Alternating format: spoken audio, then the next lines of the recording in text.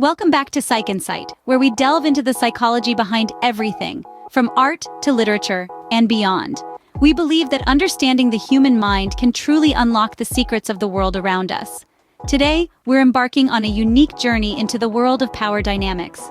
We'll be examining Robert Greene's The 48 Laws of Power through a psychological lens, offering you a fresh perspective on this cult classic. In the words of Robert Greene, the future belongs to those who learn more skills and combine them in creative ways.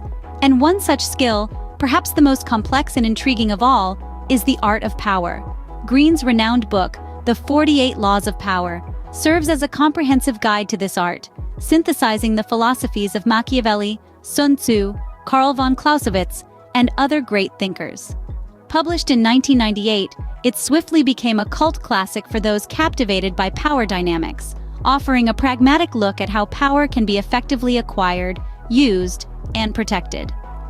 The book is structured around 48 laws, each one a strategy Greene suggests can be used to gain power in various aspects of life, from politics and business to personal relationships. Let's delve into one of the most intriguing laws, which is law number 1, never outshine the master. This law is foundational to understanding power dynamics, and it primarily deals with how one navigates relationships with those in positions of authority or greater power. The crux of this law is to ensure that those in higher positions always perceive themselves as superior, never feeling threatened by the talents or achievements of those beneath them. Now, why is this important? Well, outshining a superior can lead to jealousy or insecurity. These feelings can prompt them to stifle your advancement or even remove you from your position. It's a psychological defense mechanism. When individuals feel their status is being threatened, they react, often defensively or aggressively, to re-establish their position.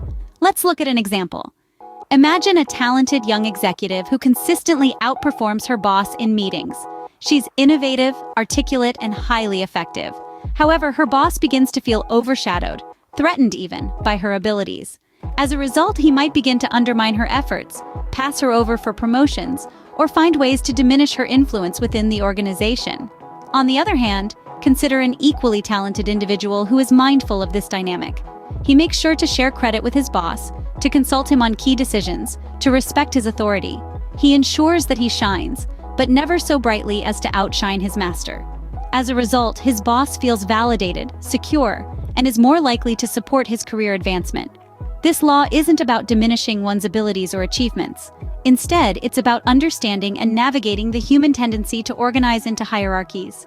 It's about strategic self-presentation, about managing how others, particularly those in power, perceive you.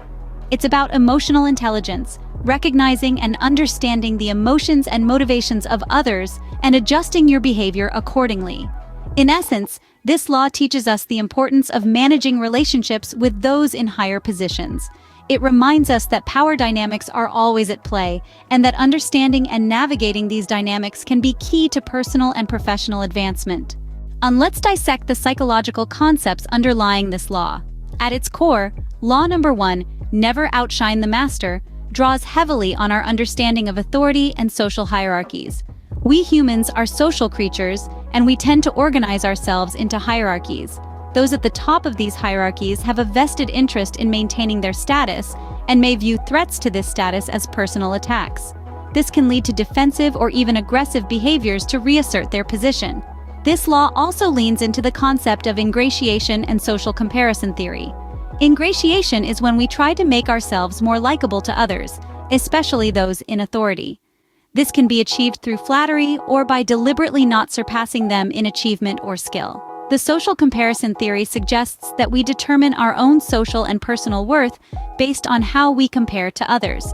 By ensuring you do not appear superior to your superiors, you mitigate the risk of inducing envy or resentment.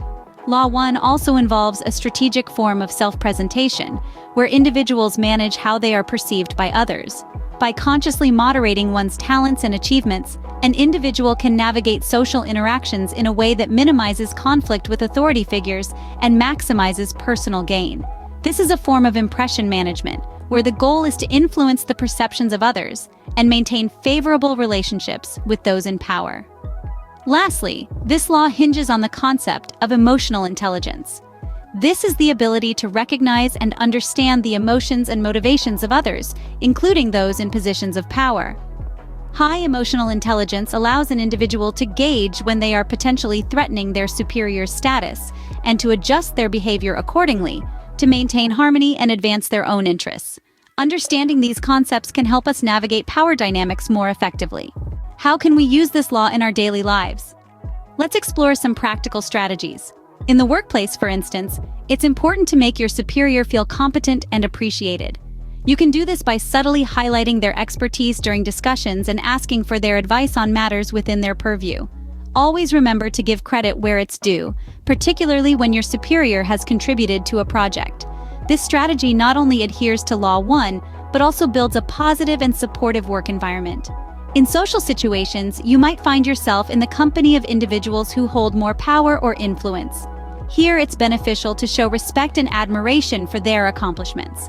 However, avoid excessive flattery, as it can come off as insincere. Instead, express genuine interest in their experiences and perspectives. This approach will not only keep you in their good graces, but also provide you with valuable insights. Remember, power is not about outshining others, but about understanding and navigating the dynamics that exist. So, what have we learned today?